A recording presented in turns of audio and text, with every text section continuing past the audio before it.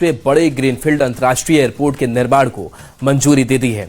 42 एकड़ जमीन और 1302 करोड़ की लागत से बनने वाला सोनपुर एयरपोर्ट ग्रेटर नोएडा के जेवर और नवी मुंबई की तर्ज पर बिहार में बनेगा इंटरनेशनल एयरपोर्ट, जिससे की रूपरेखा तैयार कर ली गई है। ये रिपोर्ट आपको दिखाते हैं।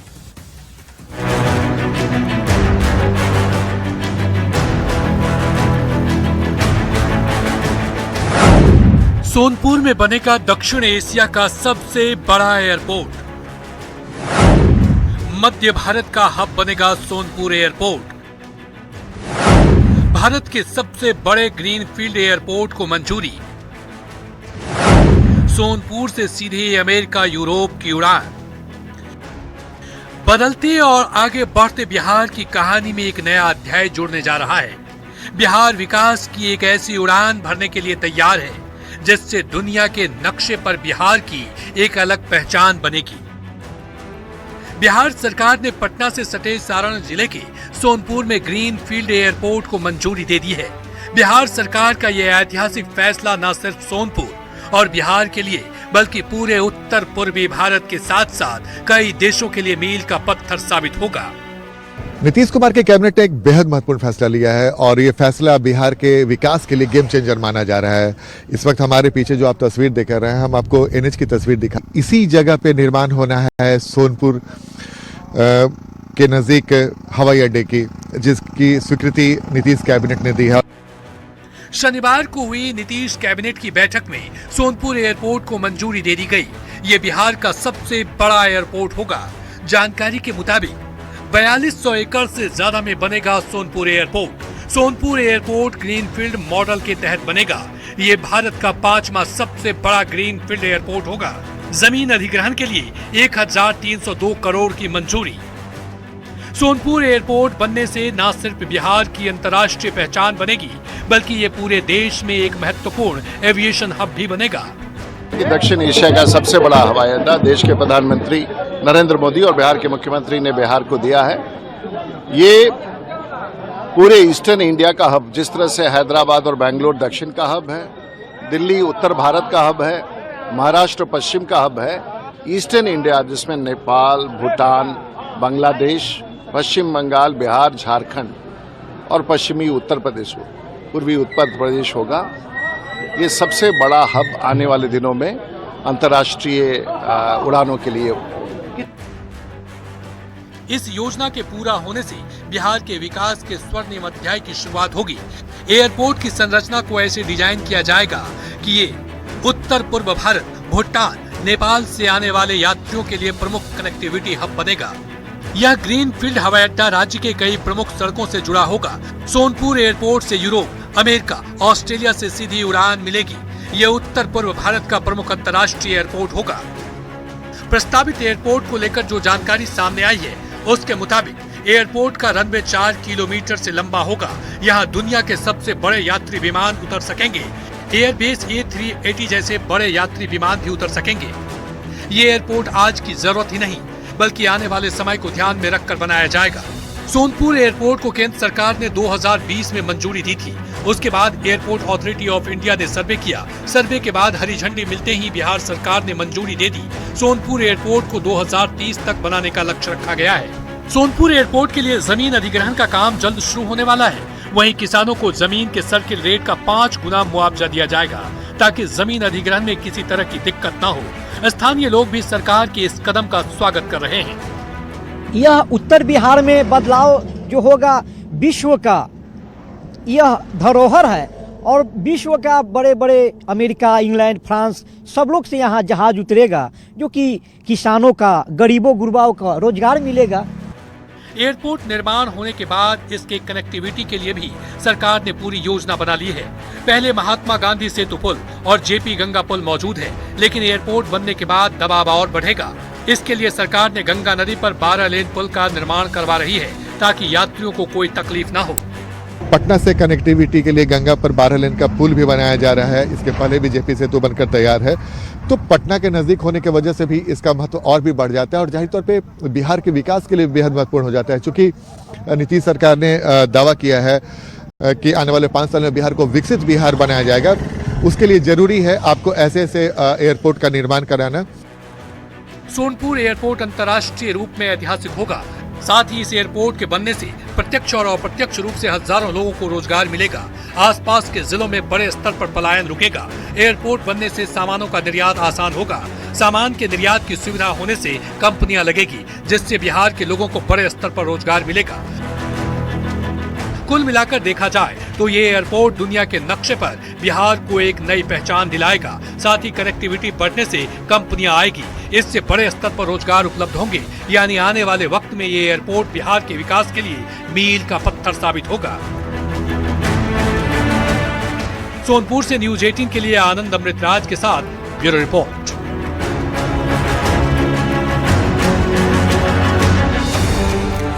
31 मार्च 2026 तक नक्सल मुक्त भारत का लक्ष्य अब तेजी से हकीकत में बदलता दिख रहा है। लगातार सफल ऑपरेशनों के बाद नक्सलियों के कई बड़े गढ़ ध्वस्त हो चुके हैं। इस कामयाबी के पीछे है सीआरपीएफ की special unit cobra force.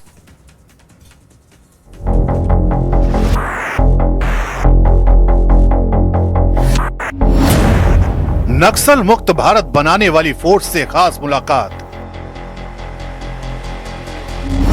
News 18 India पर सीआरपीएफ की स्पेशल यूनिट कोबरा फोर्स 31 मार्च 2026 तक नक्सल मुक्त भारत बनाने का लक्ष्य तेजी की तरफ बढ़ रहा है। लगातार सफल ऑपरेशंस के बाद अब हालात ये हैं कि नक्सलियों के कई बड़े गढ़ पूरी तरह ध्वस्त हो चुके हैं। इस मिशन की कामयाबी में केंद्रीय रिजर्व पुलिस बल यानी सीआरपीएफ की स्पेशल यूनिट कोबरा फोर्स की अहम भूमिका रही है। कोबरा फोर्स का जंगल वॉरफेयर मॉडल। न्यूज 18 इंडिया की टीम ने commando battalion for resolute action यानी कोबरा फोर्स के जाबाज जवानों से बातचीत की। इस फोर्स को खास तौर पर छत्तीसगढ़ जैसे दुर्गम और घने जंगलों में ऑपरेशन के लिए तैयार किया गया है।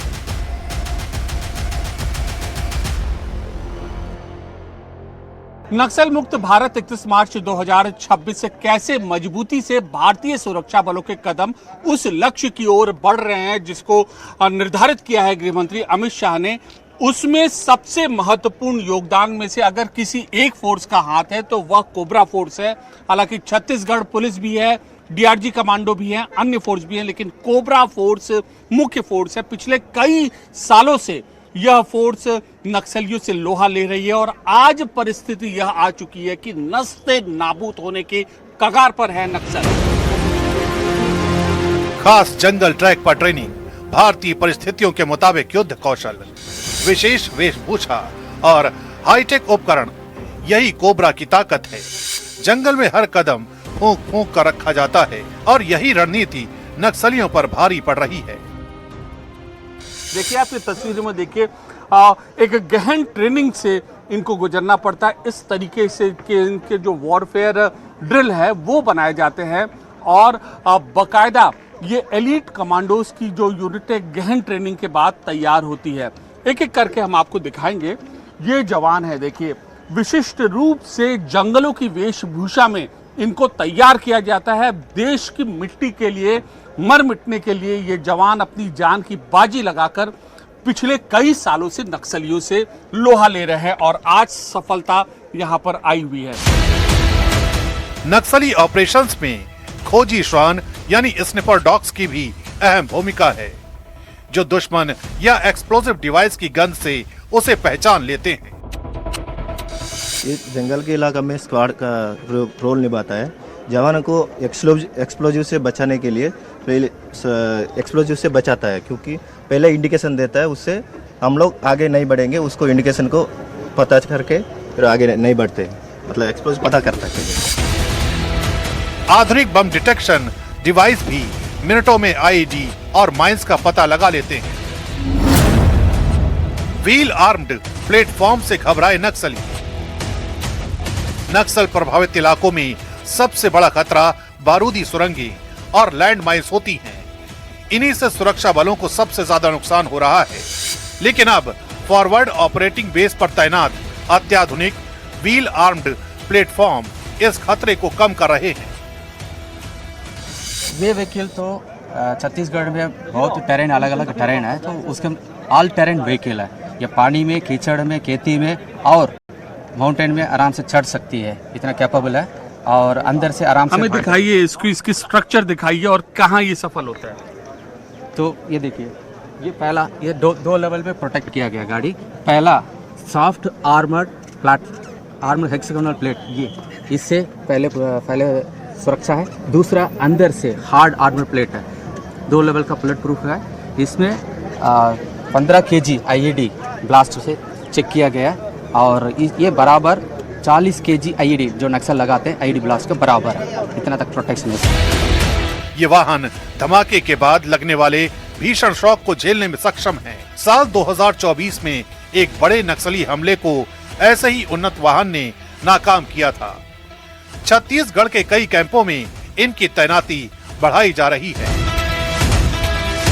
छत्तीसगढ़, उड़ीसा, झारखंड, पश्चिम बंगाल और महाराष्ट्र जो नक्सल प्रभावित इलाके हैं, सबसे बड़ी समस्या ये रही है कि वो रास्ते भर वह IED का जाल बिछा देते थे, जिस वजह से हमारे सुरक्षा बलों को बहुत ज्यादा नुकसान उठाना पड़ता था और उनके खिलाफ उसी वक्त जवाबी कार्रवाई नहीं हो पाती थी। लेकिन अब यह ऑल टेरेन व्हीकल जब आए हैं तो इनमें सबसे खास बात यह है कि धमाकों के बाद जो शॉक होता है वह इन जैसे इक्विपमेंट्स के जरिए, इन जैसे मैकेनिज्म के जरिए ये एब्जॉर्ब कर लेती है ये गाड़ी, जिस वजह से जो जान माल को कम क्षति पहुंचती है।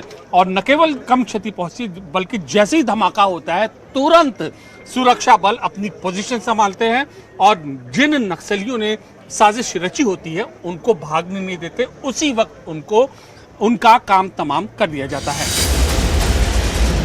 कोबरा की सटीक रणनीति और आधुनिक बख्तरबंद तकनीक, इन 2 धारदार अस्त्रों ने नक्सल नेटवर्क की कमर तोड़ दी है। 2026 के लक्ष्य से पहले ही नक्सलवाद के खात्मे की तस्वीर अब जमीन पर साफ दिखाई देने लगी है। Amit Pande, news 18 India, Guwahati. दक्षिण कोरिया की जासूसी एजेंसी NIS ने एक बेहद खुफिया जानकारी लीक की है। खबर यह है कि उत्तर कोरिया के नेता किम जोंग उन अपनी मौत से पहले अपना वारिस चुन चुके हैं, एक ऐसी लड़की जिसकी उम्र मुश्किल से 13 या 14 साल है। रिपोर्ट आपको दिखाते हैं।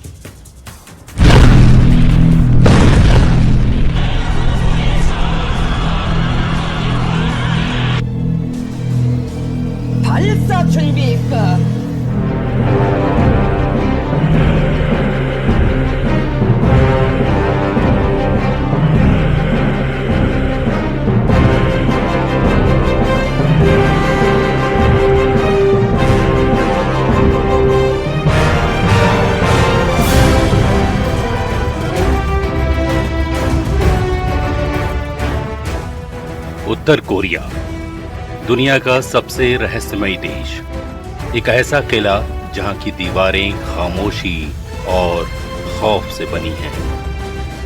लेकिन आज उन दीवारों के पीछे कुछ ऐसा हो रहा है जिसने दुनिया की सबसे ताकतवर खुफिया एजेंसियों की नींद उड़ा दी है।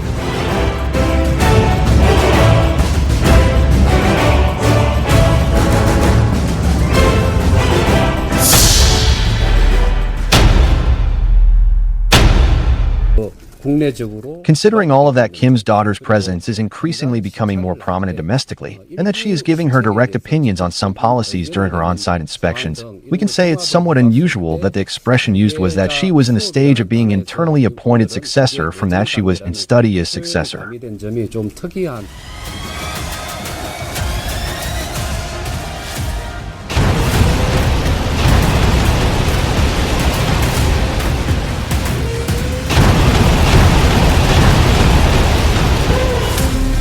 एक परमाणु शक्ति संपन्न देश जिसके पास दुनिया को राख करने वाले हथियार हैं, उसकी कमान एक टीनेजर के हाथ में जाने वाली है। ये कोई अफवाह नहीं है। कई वर्षों से ये दावे किए जा रहे हैं कि किम जोंग उनकी सेहत बिगड़ रही है।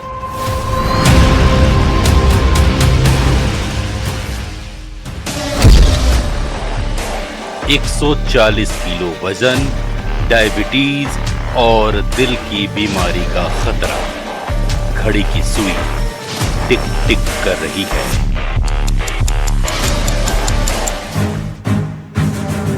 सवाल ये नहीं है कि नॉर्थ कोरिया का अगला शासक कौन होगा। सवाल ये है कि क्या एक बच्ची उन जनरलों पर काबू कर पाएगी जिनके हाथ न्यूक्लियर बटन पर हैं, या फिर प्योंगयांग की सड़कों पर खून बहेगा। क्या होगा जब किम जोंग उन नहीं रहेंगे? ये मिलिट्री पावर, ये अस्थिर देश किस ओर जाएगा?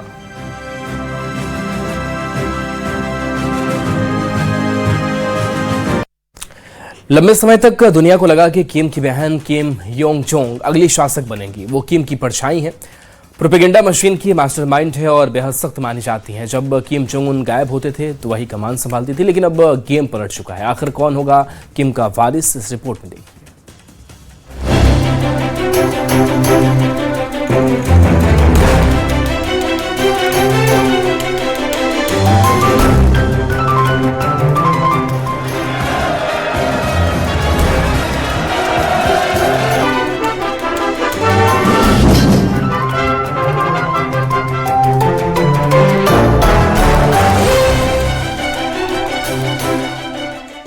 उत्तर कोरिया में सत्ता का खेल ब्लड लाइन यानी खून के रिश्ते पर चलता है। यहाँ नियम कानून नहीं बल्कि बैक टू ब्लड लाइन का राज है। जब किम जोंग उन 2011 में गद्दी पर बैठे थे तो वो सिर्फ 27 साल के थे। आज इतिहास खुद को दोहरा रहा है, लेकिन एक बड़े ट्विस्ट के साथ। सबसे बड़ा सवाल, किम जोंग उन के बाद कौन?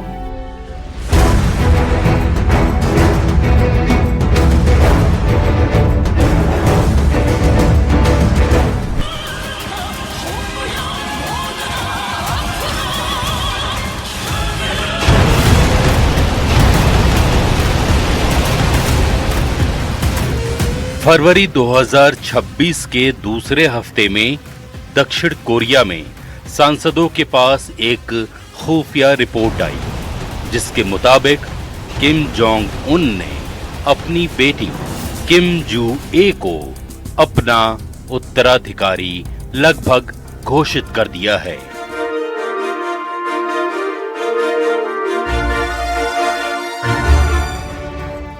साउथ कोरिया की स्पाई एजेंसी NIS का कहना है कि किम जू ए अब सिर्फ ट्रेनिंग नहीं ले रही हैं, बल्कि वो डेजिग्नेटेड सक्सेसर यानी घोषित वारिस बन चुकी हैं।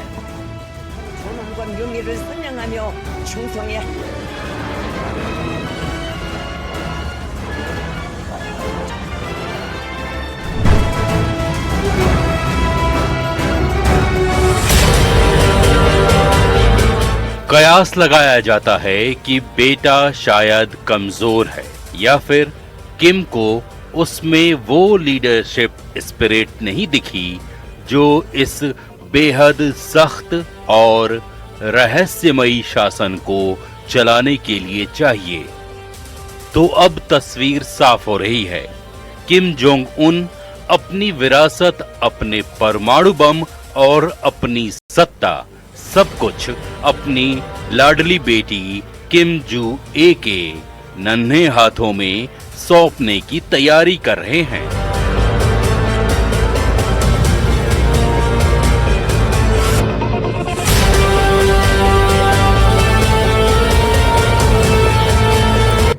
छोटे से ब्रेक